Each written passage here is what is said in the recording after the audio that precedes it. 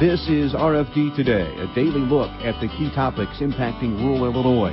If you live in Illinois, we examine the issues impacting you, your income, and your community. Here's your host for today's program, DeLaw Yankee.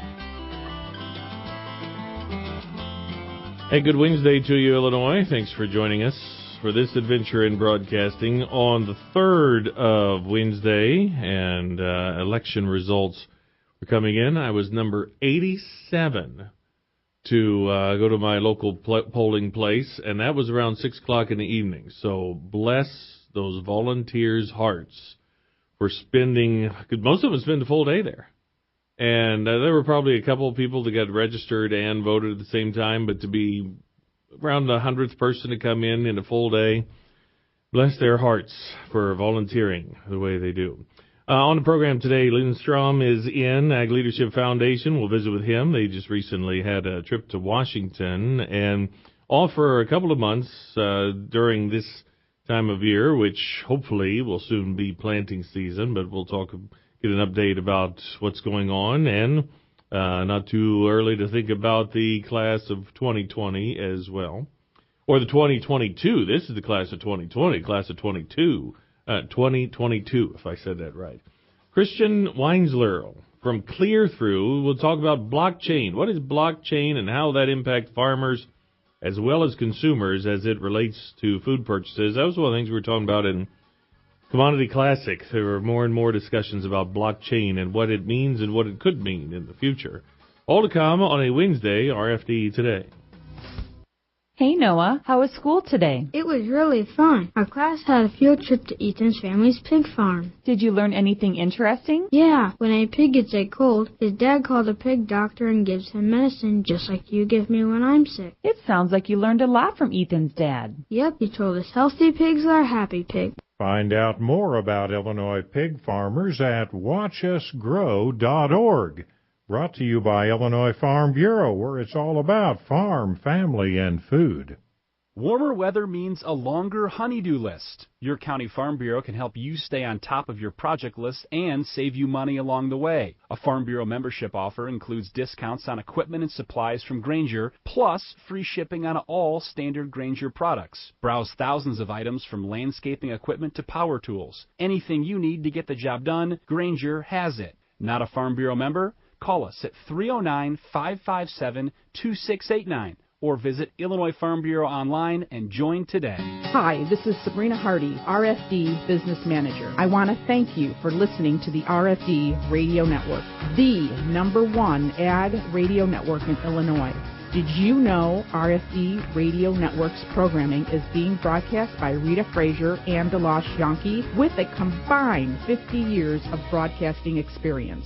Join us daily. If you have any questions, email me at chardy@ilfb.org.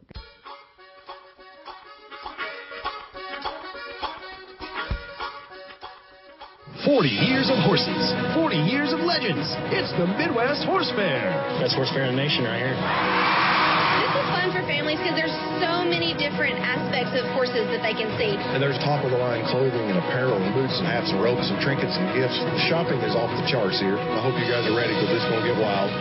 It's the great Midwest Horse Fair. April 12th through the 14th at the Alliant Energy Center in Madison, Wisconsin. Visit MidwestHorseFair.com for more. All right, welcome back to RFD Today on Wednesday. I'm DeLaw Yankee. Lee Strom is in with the Illinois Ag Leadership Foundation. How are you? I'm good, DeLaw, and it's a pleasure to be with you again this morning. So on the way down from Kane County, yep. What's the roadside tour like? Is there a lot of standing water, or is it just look wet? No, there's not a lot of standing water, but yeah, I think conditions are still going to take a while to get dried out. Cool nights, temperatures are slowing down the drying process. I came up through southern Illinois last weekend and drove through the Effingham area and saw a lot of water standing in that area because they got dumped down with some pretty heavy rain. But, you know, we're fortunate we've not had that heavy downpour up in northern Illinois yet, but the weather forecast is holding some rain for us the next few days, it sounds like. Yeah, well, you're far enough north where you don't have to worry about that stuff yet, but you know we're getting there. Yeah. We're in April now, so it is April. It's hard, especially knowing that there's more coming. It is hard to Hard to watch. So just still recently back from a trip to D.C. with the group. Yep, the Illinois Ag Leadership Program class of 2020 just 3 weeks ago completed its National Study Seminar, where the class of 30 individuals went to Washington, D.C. for a week of visits. There we had 4 days in the Washington, D.C. area and a whole lineup of really great stops and visits at places like the U.S. Department of Agriculture. We stopped at the State Department, where we heard some very interesting discussions there from some leadership at the State Department. We had visits with 2 embassies, the Embassy of Great Britain, the Embassy of New Zealand. We also were at the World Bank, at the U.S. Agency for International Development, the Farm Credit Administration. And another very interesting visit we had was with the Office of the Director of National Intelligence, which runs the Terrorism Center for the United States, with their Global Watch Center in Washington, D.C. Well, there are a lot of chemicals in the ag business, and there's a lot of transport of product in the ag. Oklahoma City, thinking about that 25 years ago, that was a guy that, put enough chemicals together. So that I can see where you'd want to have eyes on a lot of that stuff. Well, one of the things, DeLoss, that we were trying to really change the program up a little bit for these individuals that apply for and get accepted in the program. So many times, and I want to get back to our stop at the U.S. Department of Agriculture. Mm-hmm. We had a wonderful visit there. We had Secretary Perdue dedicated a 3/4 of an hour almost for a heart-to-heart visit with these class of 30 individuals, and that was a rare opportunity. His schedule is full, of course, but he took time to spend some quality time, mostly just taking Q&A. He said, "What do you guys want to talk about?" And we had a very nice opportunity for a long Q&A session with him. We also saw Undersecretary for Trade, Ted McKinney. He spent a good amount of time. And then Illinois native here, Martin Barbary, who was the RMA administrator, came in and spent a long time with the class as well. But we had really good visits. But the one element that I'm trying to put back into this program, or change it a little bit, is expose the class to places and agencies and departments in Washington, D.C., where there's a lot of things that go on that affect the agricultural sector, but they're usually not on the top list of stops and visits, like the Office of Director of National Intelligence. So there we had the senior official came in and talked about some of the issues that they watch on a continual basis that affect our nation's agriculture sector, our nation's food sector, and it was an amazing and eye-opening discussion. He also alerted, he says, some of this information I'm sharing with you is not something that we readily distribute, but he had a pretty open discussion with it. I know it really impacted the individuals in this class. At the State Department, we had 4 key individuals, and I think when people think the State Department, they run our embassies globally. They do a lot of our foreign relations work, but they have senior officials there that they have their PhDs in plant science, and they're well educated, well experienced people that look and focus on agriculture issues in the United States, but on our global relations in agriculture. So I think it surprised the class to sit. We had almost an hour and a half with these 4 individuals to talk in detail about how the State Department works in the agriculture and food systems globally. And it was a really nice experience there as well. There's a lot of components to a safe, affordable food supply. Oh, it is. Yeah. It is. And you can also, though, imagine one of the key topics our class wanted to talk about was trade. Yeah. I mean, certainly that's been the hot button burner issue for the last year and a half or so. And we had virtually every stop, there was some element of trade and how the trade and tariff issues are affecting the agriculture sector, but then what the goals are for us as a country, too, in these very difficult trade negotiations. Well, when the Secretary was sworn in, finally, he was the last one of the cabinet to get sworn in. That was in April, and we were there right after he was sworn in. He came out and said, "I'm a buy and sell, or grow and sell it kind of guy. Right. You guys raise it, and we're going to sell it, and Ted McKinney's going to be our top salesman." Did you get a sense of optimism or frustration or anything of just what they've been up against? Ted McKinney did talk, and the Secretary Perdue as well, talk about this issue in a very heart-to-heart basis, and there was a significant amount of optimism. They said, yes, these are very difficult discussions. The U.S. agriculture sector is certainly taking a blow to this in many aspects. You had some options last year, like the market facilitation program, to try to ease some of the pain that's occurring in this. But the end game in this is that the U.S. needs to position itself better. There are goals within these trade discussions, and if we can achieve the goals that the administration and that USDA and others are working on, Ted McKinney and others, we can have a better long-term trade situation that will benefit agriculture in the longer term. Well, that's a pretty good experience then. It was a great experience. You know, and the Illinois Ag Leadership Program is a leadership development. So we select 30 individuals in a competitive basis for their potential to grow and become leaders. So one of the other things we did, after we left Washington, D.C. In late week, we went up to Gettysburg. You know, when you think about the history of our nation, and the Battle of Gettysburg during the Civil War was a very pivotal moment in our nation's history. We spend time there with an individual who grew up in the Gettysburg area. He's spent his whole life. He's a professional historian and teacher. He was a superintendent at one time of the school districts up in that area. But he has developed a intimate knowledge in history and been part of what's called the Gettysburg Leadership Experience.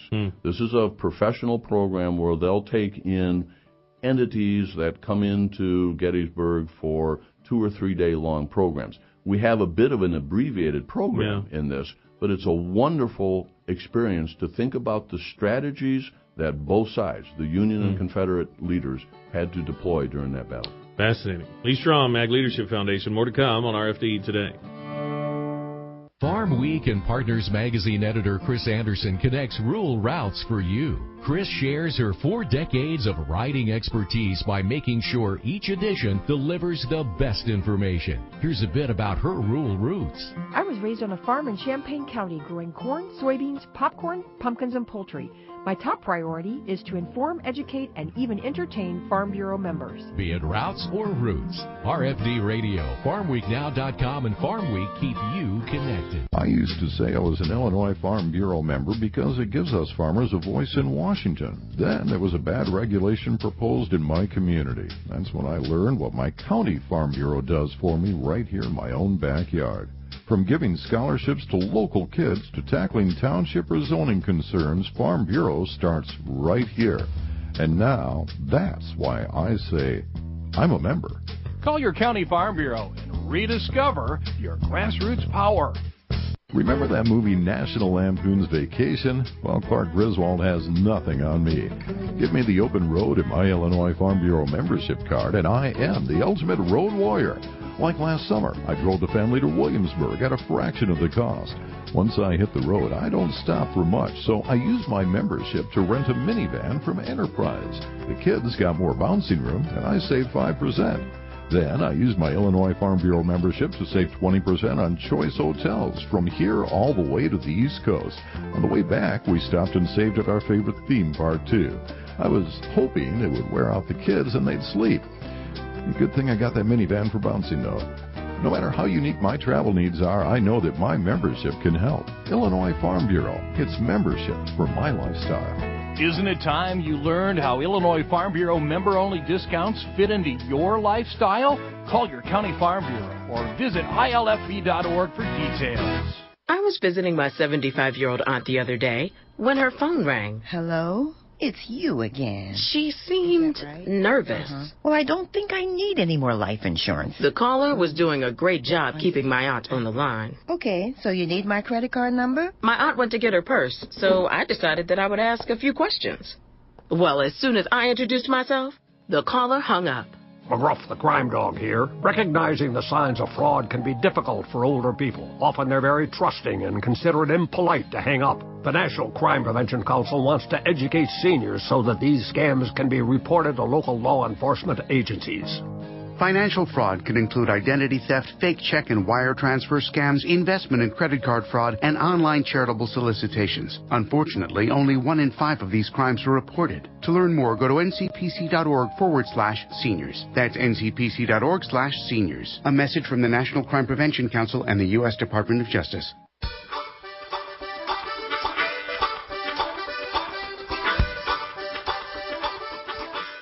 Welcome back to RFD Today. I'm DeLoss Yonke. On a Wednesday, we are joined in studio by Lee Strom, Ag Leadership Foundation, online at agleadership.org. You know, you're talking about the trip to D.C. you took in March, and where the Secretary of Agriculture said, what do you want to talk about? And just opened the floor. You know, you have, the group is the members of the group are of a certain age. You probably have some young farmers in the group. Did anyone talk about just the difficulty of getting into the business, regardless of, you know, how big the family is and that sort of thing? Yeah, DeLoss, there was this theme about the challenges, given the current economic climate in the ag sector, too, the challenges for young people to get, into the business.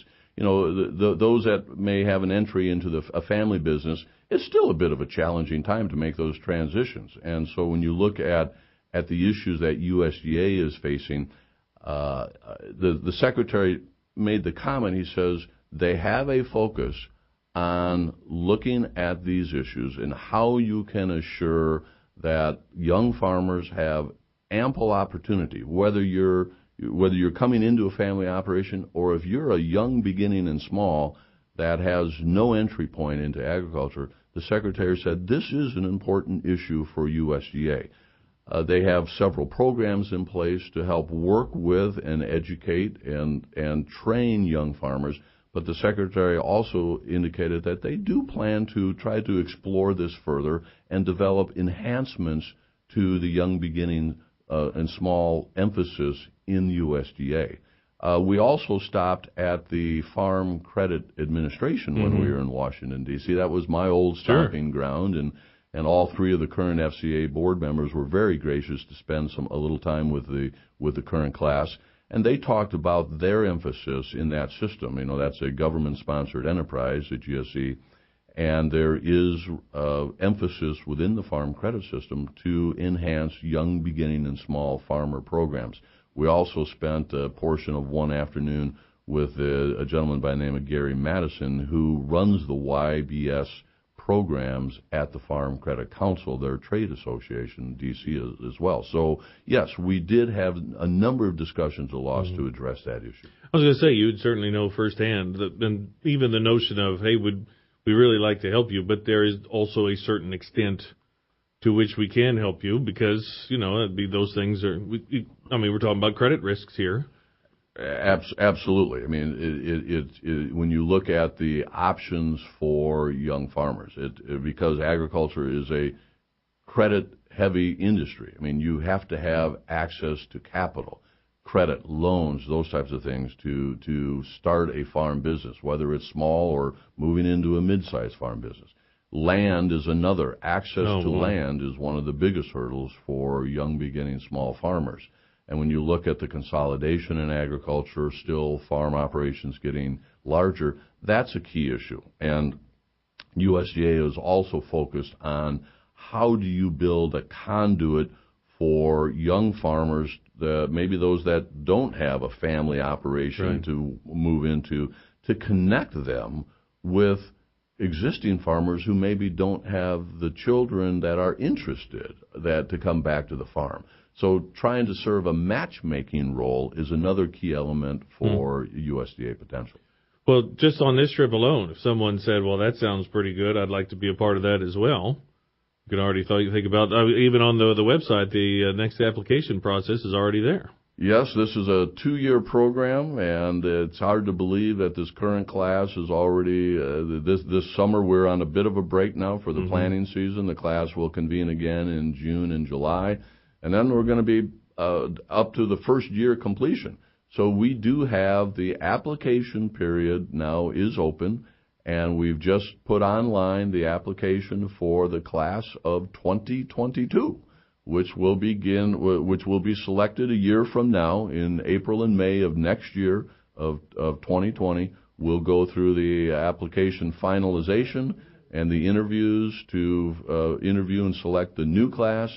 And those members will begin their journey as the class of 2022 in August of 2020. So you're right. Time flies to loss, and it's not that far away. Sure does. Well, it is something, though. It's neat, too, because you can see who's in previous classes. You say, well, I know those people, and, you know, that could also, you know, you could find people to talk to and get firsthand, testimonials, if you will, or advice about whether or not to be a part of the class, or what you have to do to Sure. register, to enroll, that sort of thing. So Sure. Any individual can go on our website. They can see all the members of the current class. Those 30 individuals are our best ambassadors of the program, because those are the individuals that are currently being impacted by the content of what we do.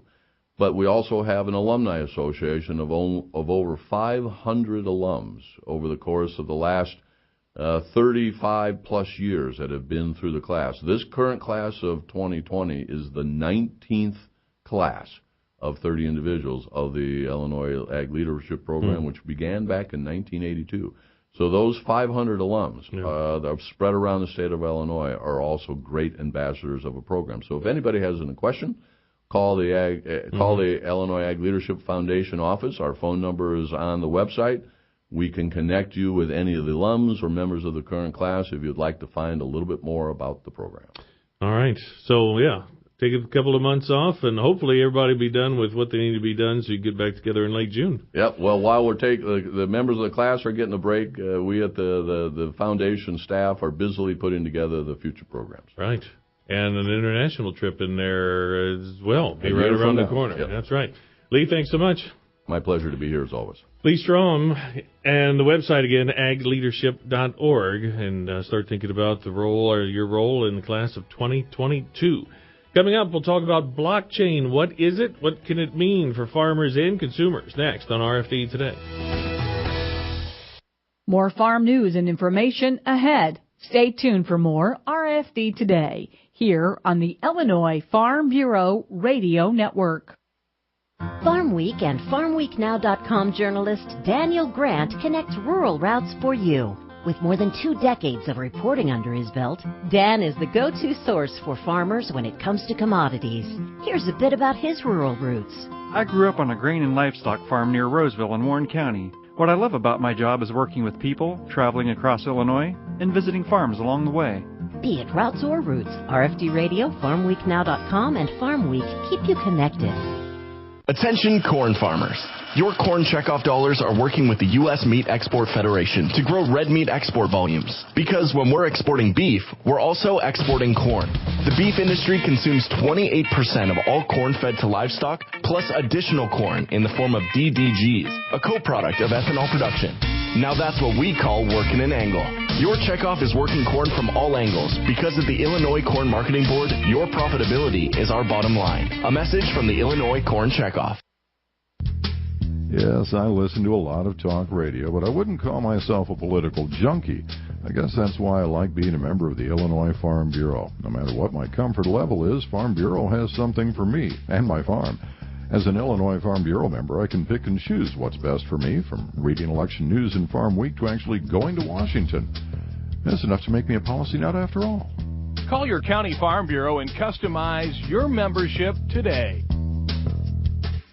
If you're in the mood for some sprucing up, you're in luck. From big to small or farm to front yard, your Illinois Farm Bureau member discount from John Deere is ready and waiting to help. It's easy to think green when it's the Rewards Loyalty Program, with savings on equipment, special parts, and home and workshop products. Whether your tasks involve mowing, planting, or cleaning, you'll be set for whatever your work requires. All you need to do is sign up, have your membership number handy, and go to johndeere.com/farm bureau. All ag. All Illinois. All now. There are a lot of smartphone apps out there, but do they have what's important to us here in Illinois? The Farm Week Now app does, and it's always at your fingertips. All ag, all Illinois, and 24/7 where and when you need it for free. Go to your app or Play Store on your smartphone, hit search, type in Farm Week Now, that's one word, and download it today. Brought to you by Illinois Farm Bureau, where we're all about farm, family, and food. Does the warmer weather have you itching for a weekend getaway? Take your Illinois Farm Bureau membership savings with you. Farm Bureau members can save up to 20% at choice hotels, including favorites like Comfort Suites, Sleep Inn, Quality Inn and Suites, with even more to choose from. Call 800-258-2847 or visit the Choice Hotels website to search all the hotels at once and to make advance reservations. Contact your local County Farm Bureau for your discount code number.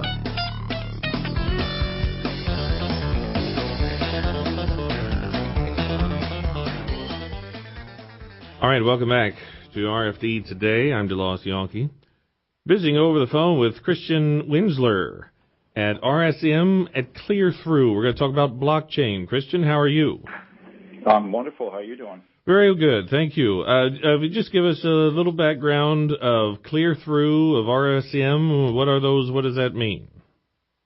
Yeah, so I'll be happy to. So RSM, at its larger part, is a firm that has different, departments, more in accounting, and are known for tax. And where my home's at is more in the technology division. So where you work with clients through things like, you hear the buzzwords, digital transformations, making sure that they got the technology in place to really look forward into the future.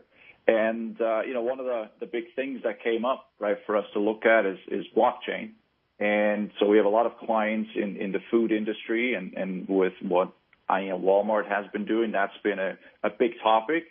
So what we figured is, well, let's look at what can we do to support our clients, and then that's where ClearThrough was born, where, what ClearThrough really is a solution. I'm sure we'll talk a little bit more about blockchain here in a little bit. On top of that, to allow produce really be traced through the full supply chain, and then give an end consumer an ability to, through scanning a QR code, going back and seeing if a product is safe, where a product came from, or any other detail that the brand owner really would like to push out about their product.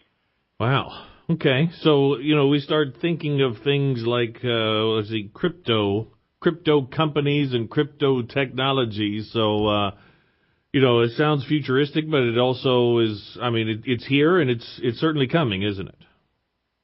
Yeah, there's a lot of people out there that want to jump on that. You saw a larger bank just hopped on that too recently for the cryptocurrency side of things. There's really, I think it's important to understand that there's really two avenues here, even though they're using the same technology underneath it. Is you've got one side, which is that cryptocurrency, which really is more around, I'll say, the money or the monetary part of it. And then there's the other side, which is more around traceability, supply chain, and business application. What are some of the things that the business side can do to utilize that technology? Okay. So one of those sounded like Bitcoin. The first one sounded like Bitcoin. Am I tracking that right? Correct, yes. So you've got Bitcoin, which is the currency that everybody hears about. And then, the Bitcoin is really more that, concept. And there is a blockchain technology that is used to, again, make payments. It's really, again, transacts a little more like a stock market versus then there's other technology, there's other keywords that you'll hear like Hyperledger that are more focused on some of the other areas. Well, thinking about this, and you mentioned produce, for example. So, when my product made it to the store, you mentioned the QR code, and people could find exactly where it came from. So, how does one do that when there are so many steps in the chain and so many middlemen?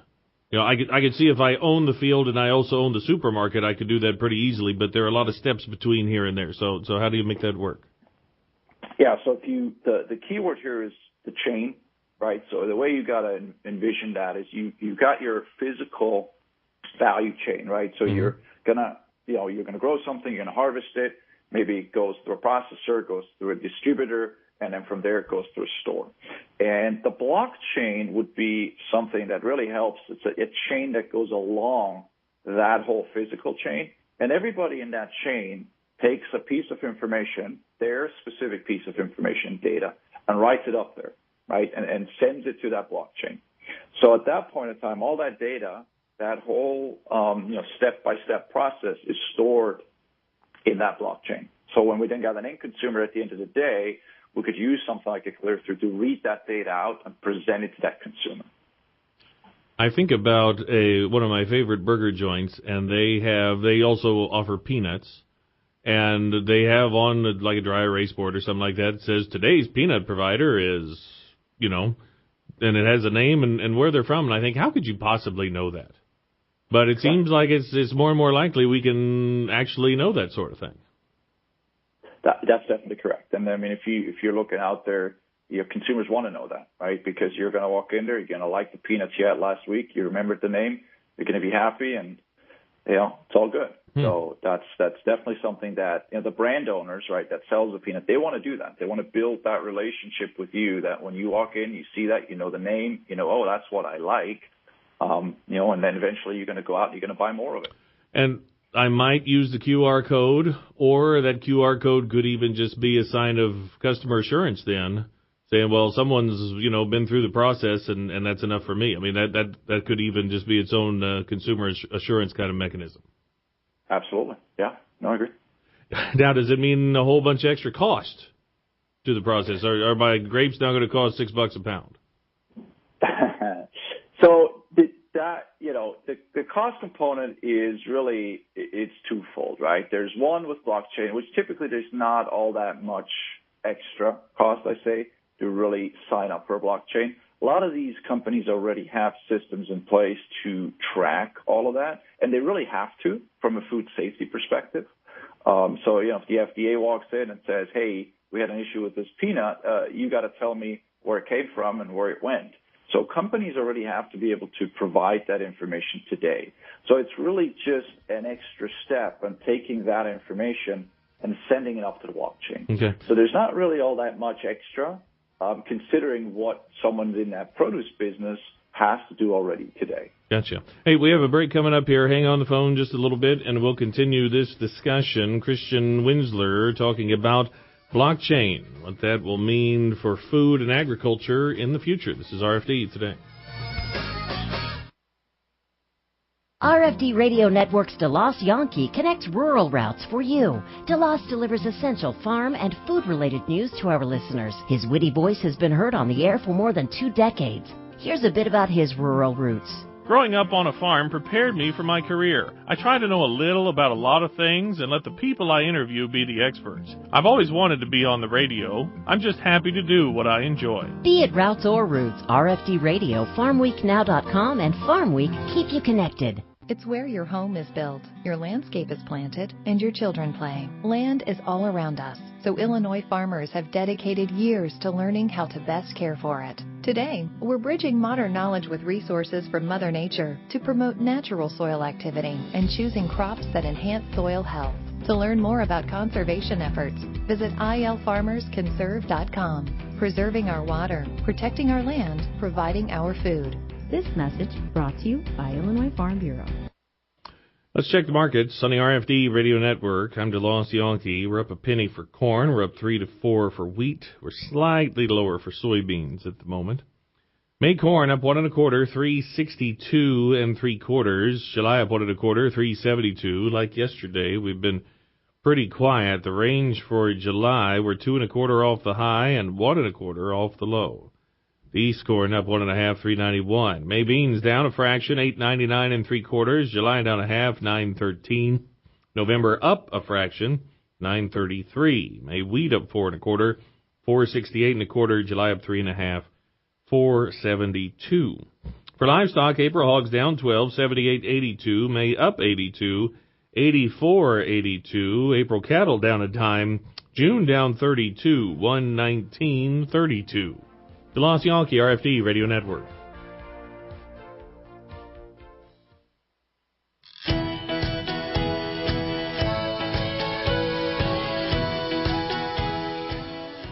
Years of horses, 40 years of legends. It's the Midwest Horse Fair. Best horse fair in the nation right here. This is fun for families because there's so many different aspects of horses that they can see. And there's top-of-the-line clothing and apparel and boots and hats and ropes and trinkets and gifts. Shopping is off the charts here. I hope you guys are ready because it's going to get wild. It's the great Midwest Horse Fair. April 12th through the 14th at the Alliant Energy Center in Madison, Wisconsin. Visit MidwestHorseFair.com for more.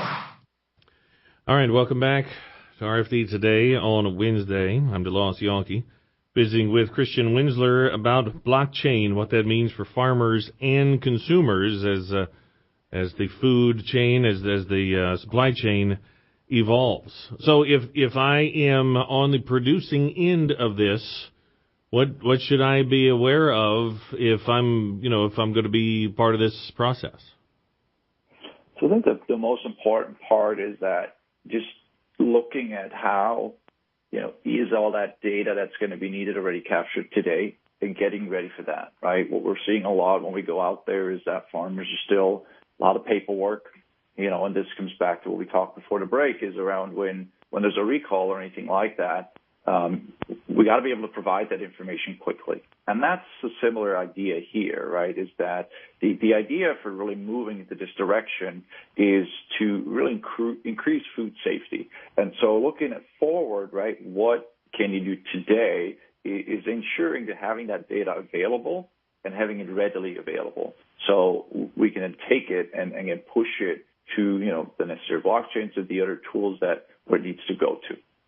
So when we had that romaine lettuce incident last year, and they were actually able to get it back to a few farms, do you think in the future we'll be able to do that even quicker than we were able to do this past go around?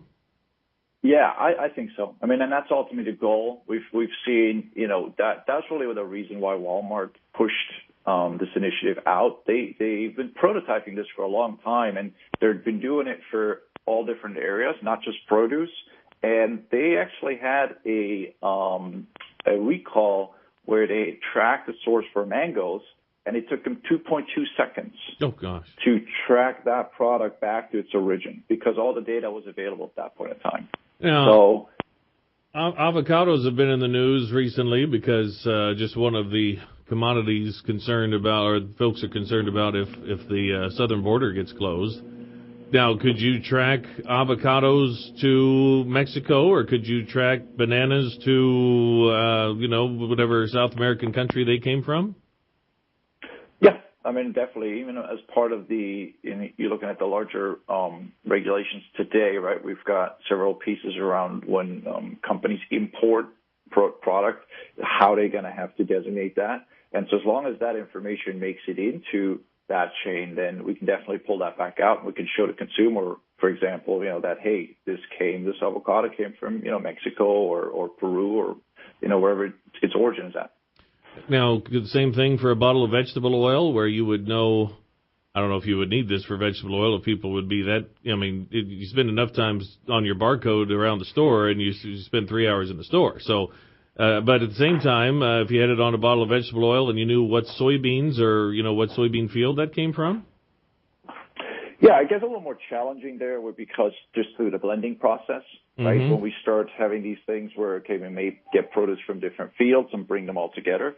But that's definitely something, right, where we can at least, narrow down the larger scope. And when we look at what's important for customers, right, it may not necessarily be that it's from that farm, but it may be important that it comes from a certain state, right, or a certain region.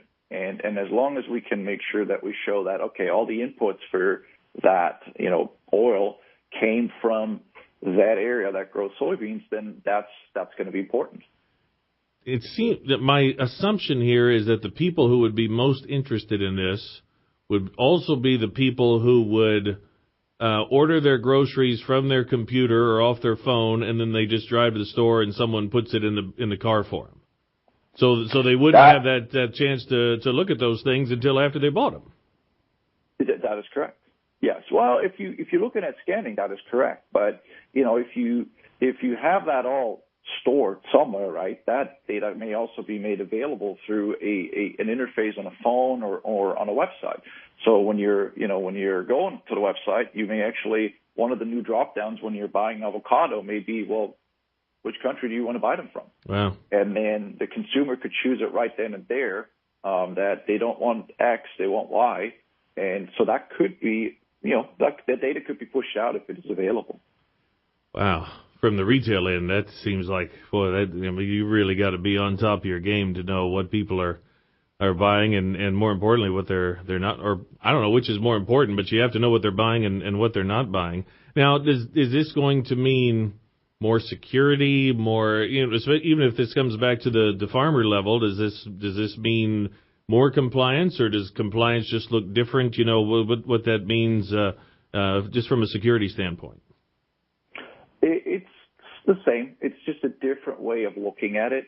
Some of these things that they already need to be in place today, right? So if you look again with the romaine lettuce, it just took a long time because, today's world, it's really one step up, one step down. So you really only have to say, okay, I received it from this person or this, distribution center. Then we'll go to the distribution center. Okay, I received it from this processor. And then the processor has to say, I received it from these farmers. So that's already in place today. So it really is just looking at it much quicker, which also, that brings, it increases food safety, right? Because the consumer can be sure that what they're buying is actually safe. And so we've got that, going back to the clear through, we get the ability to show that, right? We have a property when we store the data that can show the consumer this product is safe to consume. Or if the grower finds something and says, oh, we have an issue, let's put a stop on this, that data can go right out to the consumer. And when they look at it in the store, they scan and go like, oh, wait a minute, I've got a notification here that says this is no longer safe to consume. So there's the time duration between that becomes much, much shorter. Wow.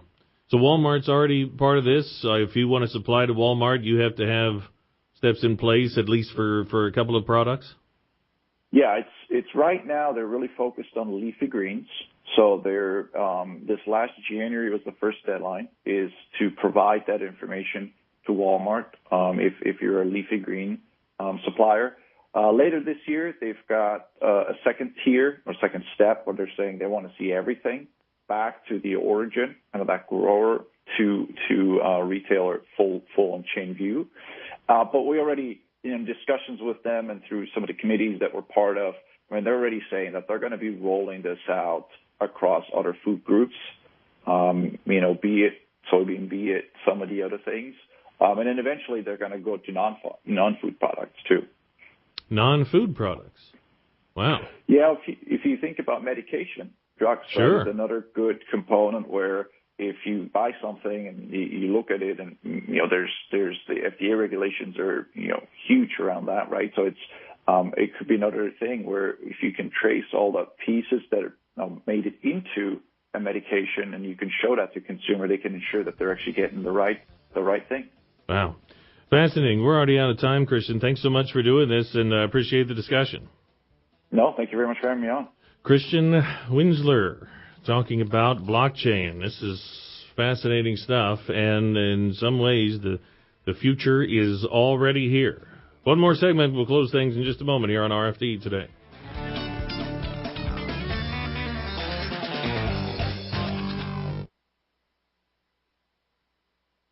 Let's check livestock markets on the RFD Radio Network. I'm DeLoss Yankee. Illinois direct hog markets up another $1 Tuesday, $46 to $56 a hundredweight. The sow market was $5 higher, $32 to $42 on lightweights, $40 to $48 on heavyweights. Light boars up $6 to $28. Heavy boars up $3 with a top of $15. Last month at CME Group, their monthly report showed agricultural volume was down 13% compared to the March before. March 2018 was a record year. But there was plenty of interest in livestock. They had record live cattle futures open interest of 455,000 contracts back on the 22nd of March. Overall, livestock futures average daily volume was up 24%, 184,000 contracts. DeLoss Yankee, RFD Radio Network. How do people benefit from raising livestock here in Illinois? Rich Giebert, Illinois farmer, president of the Illinois Farm Bureau. Well, growing up on a livestock farm was always interesting, and I enjoy it more today than I did back then. But it did give me the opportunity to have a good work ethic, learn to get up in the morning. And that was difficult during my senior days at high school and college days. I had a tendency not to go to bed at a respectable hour. But no, it was always enjoyable on the farm and getting up before daybreak and milking the cows and getting the chores done and then go about the rest of the day's business. Illinois Farm Bureau, along with beef, corn, milk, pork, and soybean associations, make up the Livestock Development Group, supporting the Illinois livestock sector. For more information, check out illinoislivestock.org.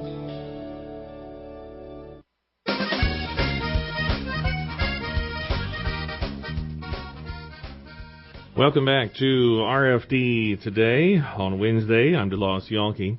Joined over the phone now by Jim Minert at Purdue University. We'll go over the Purdue CME Group Ag Economy Barometer. Jim, how are you? Very good. How about you, DeLoss? I'm good. Now, the real question I want to ask is what's Carson Edwards going to do with his remaining year of eligibility? That is the big question here in West Lafayette this week, and I'm sure Carson will let us know in time, but who knows? Man, and how he got out of Texas to get to Purdue, that's a different question, but that's a different subject altogether. We have the recent readings from March and the Ag Economy Barometer, a little bit of a slip in there, it looked like. A small change. I mean, we moved from 136 a month ago to 133 this month, so a small decline in the index overall. There was a bigger change if you look at the two sub-indexes. The current condition index was essentially flat with a month earlier. I think it moved up 1 point, so really virtually no change. But the index of future expectations did drop. That fell from 145 a month ago to 139 this month. And I think that is an indication that people have more concern about the future. There's more uncertainty, and that was reflected in the results this month. Well, part of this would be immediate, but I could also think it would impact your long-term thinking. I saw one of these interesting stats in here. If I'm still paying last year's operating loan, you know, it's hard to think too highly about any part of the future, isn't it? Well, that's true. That percentage didn't change too much over the last couple of months. We've actually asked that question in January and again here on the March survey that we just released yesterday, and the results were pretty close on those two surveys. When we looked at that and started kind of backing through the numbers, it kind of tells us that about 5 to maybe as much as 7% of the people in our survey are under some significant degree of financial stress, because if you're carrying over an unpaid operating note from one year to the next, that means you've got some serious challenges in your operation. But that was pretty consistent from January to March, so I don't think that was a big driver in terms of the change on a month-to-month basis. But, you know, as I look at it, there's just a lot of uncertainty out there, and, of course, a lot of it revolves around what's going to take place with trade, and that continues to be a big concern for people, and I think that's probably what drives some of those month-to-month changes as people become a little more optimistic or less optimistic about where we're going with trade negotiations, especially with China, but to some extent also the U.S.-Mexico arrangement. Does it also go beyond agriculture, thinking about expectations? Well, it could. We haven't been focusing too much on interest rates, and I think, you know, of course, from an interest rate standpoint, that's actually been good news here this year as those rates have backed up a little bit. I think last year there was a little more concern about the possibility of rates rising and that having a negative impact. But, you know, one of the other things that showed up in the survey was looking in the short run, people were not very optimistic about farmland values. And, you know, that's also an indicator of confidence or lack of confidence. If you're more confident, you're inclined to think farmland values are either going to hold up or actually improve a little bit. If you're a little less confident, you're probably going to be a little more leery in terms of what farmland values are going to do. 55% of producers indicating they think it's unlikely the China dispute will be settled by the 1st of July. Yeah, and if not, then when? You know, that would certainly lead to uncertainty. It does, but the other interesting thing about the trade results this month were we asked people if they thought the trade disputes would ultimately be resolved in a way that was favorable to U.S. agriculture. And over 3/4, I think 77% of the people in the survey said they expect the trade disputes to ultimately be resolved in a way that favors U.S. agriculture. And that was a little bit of a surprise. I mean, that kind of indicates that the majority of people in the survey think that we're perhaps headed down the right path, but there's a lot of uncertainty as to how quickly it's going to happen. And when we posed the question, we used that July 1 date in part because if we don't get it resolved by sometime middle of this summer, it's going to be difficult to get the sales made that we normally are able to make to China in the fall. That's the big time frame for us to move soybeans in particular to China, is in that fall quarter as the U.S. becomes the dominant U.S. supplier from a worldwide basis. So if we lose those sales or aren't able to capture those sales this fall, it's going to be difficult to recapture that later in the year. Well, and we've had 3 months where, we just haven't had very many opportunities to strike, trying to, sell grain for 2019. And if these continue, we may extend those to 4 or 5 months, and who knows how long. It's awfully hard to market a crop when there's such little incentive. Yeah, and I don't think very much has been sold of the 2019 crop. And, our advice when we did a webinar earlier this week was historically we tend to get a weather rally here in the spring planting season, usually by about the 1st of June. And no guarantees that'll take place this year, but we encourage people, if that materializes, to take advantage of it and be pretty aggressive in terms of pricing. All right, Jim, thanks so much. Always appreciate it. We'll talk to you next month. All right, thanks a lot. Catch you later. Bye-bye. Okay, Jim Minert at Purdue and oversees the Purdue CME Group Ag Economy Barometer. It was 133 in March, down from 136 a month earlier, and drifting lower on concerns about the future. You can learn about it at ag.purdue.edu and then go back and find a website of an Illinois school instead. Tomorrow, Eric Ift at Bayer, we'll talk to him, as a Bayer employee, talking about soybeans and over-the-top technologies, and especially fighting weeds in what has been a delayed spring. Also, we'll talk to him just as a certified crop advisor as well. He's awfully involved with the Illinois Certified Crop Advisors. Also, Kelly Estes with an insect update. Jenny Jackson, Illinois Pork. I'm DeLoss Yankee saying watch your ends. We're in studio tomorrow. More farm news and information ahead. Stay tuned for more RFD Today here on the Illinois Farm Bureau Radio Network.